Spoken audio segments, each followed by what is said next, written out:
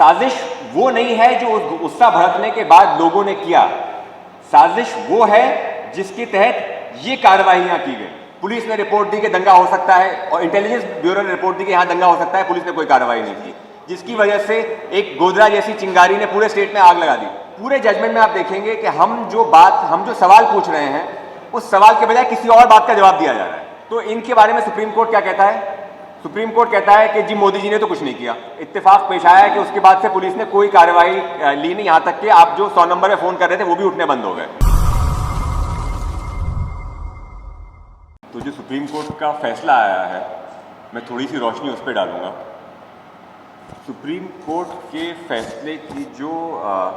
बिना है, जो टोन जो है जिसमें वो बोलता है हमसे, वो ये है कि आपने सरकारी मुलाजिम जो सरकारी अफसरान हैं, अफसरान बाला, उनकी इंटेग्रिटी यानी उनकी जो कर्तव्य परायणता है उस पर सवाल उठाने की हिम्मत कैसे की। अगर मेरे लिए एक जुमला है उस पूरे जजमेंट में जो मेरे लिए उस जजमेंट को समराइज करता है, जो संक्षेप में उस जजमेंट का सार है, वो ये है कि how did the petitioner have the audacity to question the integrity of every functionary of the state involve. और मैं जहाँ तक मैंने कानून पढ़ा है और जो मेरी समझ है संविधान की, आइन की या हमारे कानूनी इदारों की और हमारे कोर्ट की, हमारे सुप्रीम कोर्ट की, तो उच्चतम न्यायालय का जो आर्टिकल 32 में आर्टिकल 32 में जो रोल है, वो उसको अगर एक जुमले में आप रिड्यूस कर सके तो वो यही है कि सुप्रीम कोर्ट का कर्तव्य है कि वो सरकार के फैसलों और सरकार की कार्यवाहियों पर सवाल उठाए। तो अगर सवाल उठाने वालों को सवाल उठाने की हिम्मत करने के लिए सुप्रीम कोर्ट डांटने लगेगा, तो सुप्रीम कोर्ट फिर अपना जो उसका कर्तव्य है वो कहाँ पूरा कर रहा है। So the supreme court is Fehling in its very duty if the purpose for which that court is constituted, which is to question the actions and motivations of officials of the state, then we are really living in a banana republic, because I feel that for me is governments will come and go, सरकारें आएंगी जाएंगी, सरकारें जो है इस तरफ भी होंगी उस तरफ भी होंगी, लेकिन जो एक इंस्टीट्यूशन है जो चलता रहेगा और जो एक सेफगार्ड है जो हमारे हितों का उनकी सुरक्षा करने के लिए जो बनाया गया है वो हमारा उच्चतम न्यायालय है। तो हमको सरकारों से डर नहीं लगता, हमको डर लगता है कि जब हमारे संविधान ने सरकारों की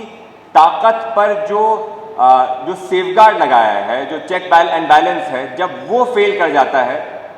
तब हमको डरने की ज़रूरत महसूस होती है। तो उसमें इस जजमेंट में जो मुझे सबसे ज़्यादा परेशान कुन बात लगी वो ये है कि वो उसका वेन ये है कि आपने हिम्मत कैसे की। उसके अलावा जो 2-3 उसमें मोटी मोटी बातें हैं उस जजमेंट के सिलसिले में जिन पे मैं रोशनी डालूंगा, वो ये कि जब इसमें बहस शुरू हुई तब क्योंकि अब ये जो हालात हम देख रहे हैं वो आ चुके हैं, जो सियासी तौर पे जो राजनीतिक माहौल है वो हम देख रहे हैं, तो हमने कहा कि हम चीफ मिनिस्टर नरेंद्र मोदी का जो उसमें रोल था, जो उसमें उन पर जो इल्ज़ामात लगाए गए थे, हम उन पर नहीं जा रहे। तो कोई बहस इस सिलसिले में नहीं हुई कि 27 फरवरी 2002 को चीफ मिनिस्टर नरेंद्र मोदी ने एक मीटिंग बुलाई थी जिसमें उन्होंने पुलिस वालों से कहा था कि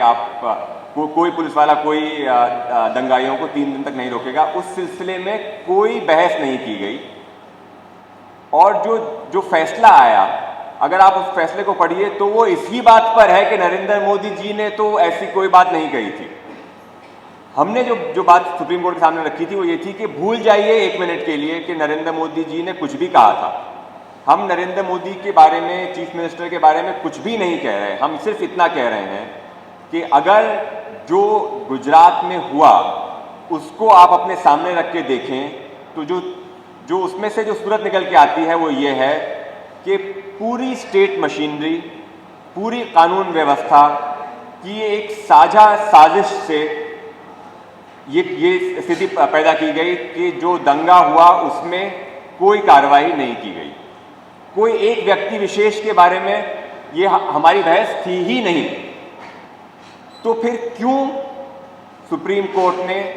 ये पूरा जजमेंट मोदी जी को एक क्लीन चिट बनाने की एक्सरसाइज में रिड्यूस कर दिया? ये मैं नहीं समझ पाया जजमेंट को पढ़ के आज तक। दूसरी बात यह कि सुप्रीम कोर्ट ने कहा कि हर दंगे का केस जो चला उसमें यह फैसला किया गया कि कोई प्री प्लान कॉन्स्पिरेसी नहीं थी, यानी कोई पहले से साजिश करके वो दंगा नहीं किया गया। वो एक गोधरा की वजह से एक स्थिति पैदा हुई और उस स्थिति में लोग सड़कों पे बाहर निकल के आए और ये हत्याकांड हुए। तो हमारा केस ये नहीं था कि हर हत्याकांड जो हुआ उसमें हर हत्यारा जो था उन्होंने पहले बैठ के ये फैसला किया कि ऐसे ऐसे करेंगे हम, ऐसे गोधरा में ये वारदात होगी और उसके बाद फिर ये हमारा केस नहीं था। तो जो साजिश की बात हो रही थी, जो अभी जाफरी साहब साजिश की बात कर रहे थे, वो साजिश ये नहीं थी कि हर हत्यारे ने उस 2002 के उन दंगों से पहले साजिश की कि हम ये दंगा इस तरह से करने वाले हैं। हमारा केस ये था कि संघ ने और संघ परिवार के अलग अलग नुमाइंदों ने, अलग अलग ऑर्गेनाइजेशंस ने, अलग अलग पार्टियों ने, स्टेट मशीनरी के अलग अलग ऑफिशियल्स ने, कार्यकर्ताओं ने मिलके एक ऐसी स्थिति पैदा की गुजरात में कि दंगा होने के लिए सिर्फ एक माचिस की तीली की ज़रूरत थी। पहली बात तो ये। तो मसलन हथियारों का डिस्ट्रीब्यूट किया जाना, तलवारों का, जो तहलका टेप में जो बात आई थी कि बम बनाने की फैक्ट्रियां लगाई गई, उसमें उन्होंने बम तक बनाए, केरोसिन डिस्ट्रीब्यूट करना और लोगों को भड़काऊ भाषण देना, जिससे एक लोगों का एक मानसिक स्थिति पैदा हुई कि लोग गुस्से में थे। तो पहली साजिश का पहला जो हिस्सा था, चरण, वो तो ये था। साजिश का दूसरा चरण ये था कि जब गोधरा कांड हुआ, और हम ये कह ही नहीं रहे थे कि गोधरा कांड जो है वो पहले से हुई साजिश का नतीजा था। हमने कहा कि ये स्थिति क्योंकि पैदा हो चुकी थी, तो सिर्फ एक माचिस की तीली थी, जो माचिस की तीली एक इत्तेफाक से जो ये हादसा हुआ उसने वो माचिस की तीली प्रोवाइड कर दी कि गोधरा में जो कांड हुआ उससे लोगों का जो गुजरात में जो पहले से स्थिति बन रही थी वो भड़क उठी। उसके बाद उस गोधरा कांड को जिस तरह से पब्लिसाइज किया गया, जिस तरह से उसका इस्तेमाल किया गया लोगों को गुस्सा दिलाने के लिए, कि जो गोधरा से जो डेड बॉडीज आई, जो लाशें आई, उनको जुलूस में सड़कों पे ले जाया गया। हालांकि मैनुअल के हिसाब से, कानून के हिसाब से वो बॉडी सिर्फ उनके रिश्तेदारों को हैंडओवर की जाती हैं क्रियाक्रम के लिए पोस्टमार्टम के बाद। वो पोस्टमार्टम हुआ, खुले में हुआ, भीड़ के सामने। उसके बाद वो जो मृतक शव थे वो विश्व हिंदू परिषद के कार्यकर्ताओं को दे दिए गए, जिन्होंने फिर उन शवों के साथ जुलूस निकाले और जहां जहां से वो जुलूस गया वहां वहां लोगों का गुस्सा भड़का। तो साजिश वो नहीं है जो गुस्सा भड़कने के बाद लोगों ने किया, साजिश वो है जिसके तहत ये कार्रवाइयां की गई। उसके बाद फिर जब एक बार दंगा शुरू हो गया तो पुलिस का कोई कार्रवाई ना करना, पुलिस का कोई हालांकि पुलिस मैनुअल के हिसाब से नियमानुसार पुलिस को किसी भी दंगे की स्थिति में कई चीज़ें जो हैं जिस तरह करनी होती हैं, A, B, C, D, वो बिल्कुल दिया गया है कि आप ऐसे नाकाबंदी करेंगे, कहीं लोगों को इकट्ठा नहीं होने देंगे, कर्फ्यू इम्पोज कर देंगे, वगैरह वगैरह। लेकिन पुलिस ने ऐसा कुछ नहीं किया। यहाँ तक कि 2 मंत्री राज्य सरकार के स्टेट कंट्रोल रूम में और अहमदाबाद पुलिस कंट्रोल रूम में जाके बैठ गए और उनकी वहाँ मौजूदगी के साथ साथ एक ये इत्तेफाक पेश आया है कि उसके बाद से पुलिस ने कोई कार्रवाई ली नहीं। यहाँ तक कि आप जो 100 नंबर पे फ़ोन कर रहे थे वो भी उठने बंद हो गए। तो ये हमने कहा कि ये भी उस साजिश का हिस्सा है कि जब सारी ब्यूरोक्रेसी और सारी पुलिस, सारी कानून व्यवस्था जो है हाथ खींच लेती है, तो वो सबका एक साथ हाथ खींचना जो है उसमें कुछ साझा, कुछ साजिश मालूम होती है। तो जब दंगा हुआ तो उस वक्त फिर पुलिस ने कोई कार्रवाई नहीं की। ये तीसरा चरण था जो साजिश सुप्रीम कोर्ट के सामने रखी गई थी, उस साजिश का। उसके बाद साजिश का चौथा चरण ये था कि जब ये मामले कोर्ट में गए तो कोर्ट में फिर विटनेसेस को डराना, धमकाना, कॉम्प्रोमाइज करना, पब्लिक प्रोसिक्यूटर्स का अपॉइंटमेंट, अपने मर्जी के पब्लिक प्रोसिक्यूटर्स अपॉइंट कराना, जो पब्लिक प्रोसिक्यूटर जो इस तरह से काम कर रहा है उसको रिप्लेस करना, क्लोजर रिपोर्ट फाइल कराना। जो तहलका के टेप्स में लोगों ने इकबालिया बयान दिए थे कि हमने ऐसा किया था, मेरी जिम्मेदारी ये थी कि मैं इसको डराऊं, उसकी जिम्मेदारी ये थी, तो उन्होंने जो चौथा चरण जो साजिश का था वो इस हादसे के बाद, इस दंगे के बाद जो कानूनी कार्रवाई हुई, उस कानूनी कार्रवाई को जिस तरह से कॉम्प्रोमाइज किया गया वो उसका चौथा चरण था।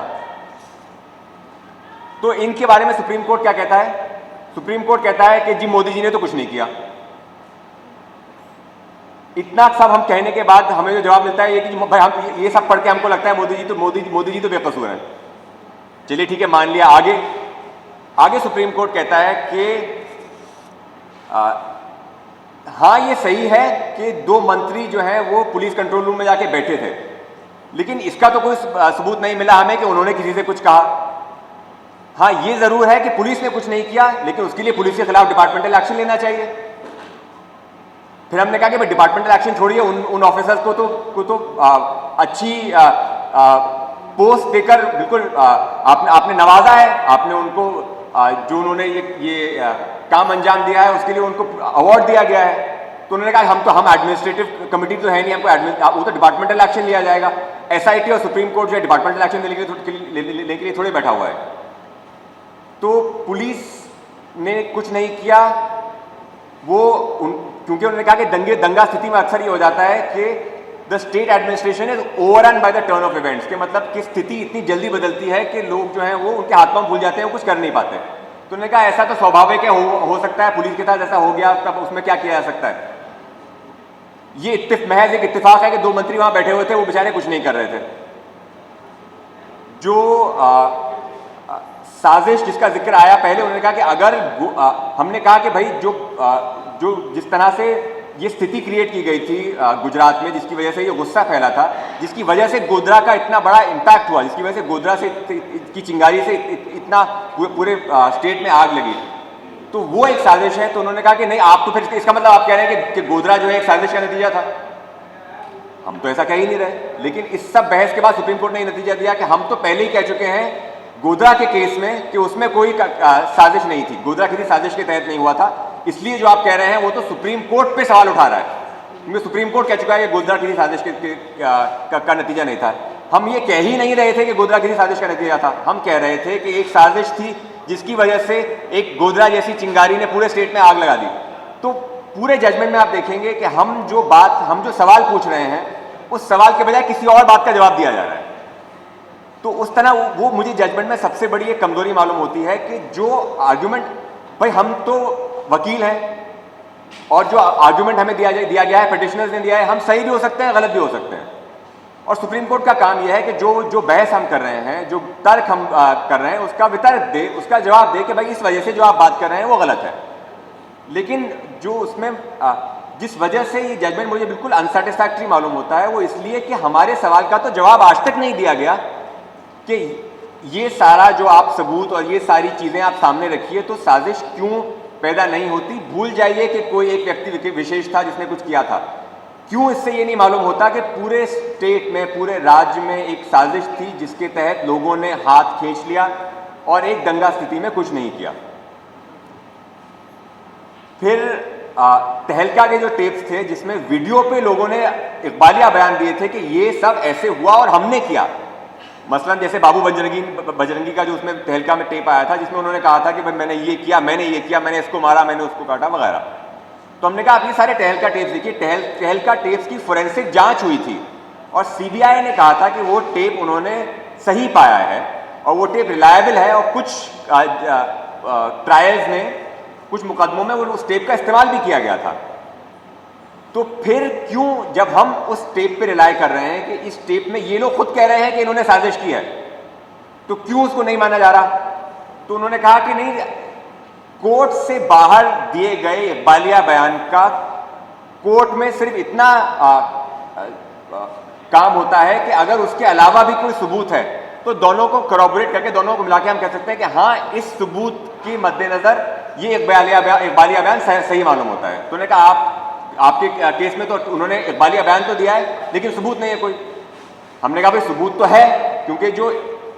इंटेलिजेंस ब्यूरो की जो रिपोर्ट्स थी, जिसमें उन्होंने कहा था कि ये इस तरह से पुलिस ने रिपोर्ट दी कि दंगा हो सकता है, और इंटेलिजेंस ब्यूरो ने रिपोर्ट दी कि यहाँ दंगा हो सकता है, पुलिस ने कोई कार्रवाई नहीं की। ये पुलिस को कॉल्स की गई, पुलिस ने कोई कार्रवाई नहीं की। ये फायर डिपार्टमेंट को बुलाया गया, फायर डिपार्टमेंट ने कुछ नहीं किया।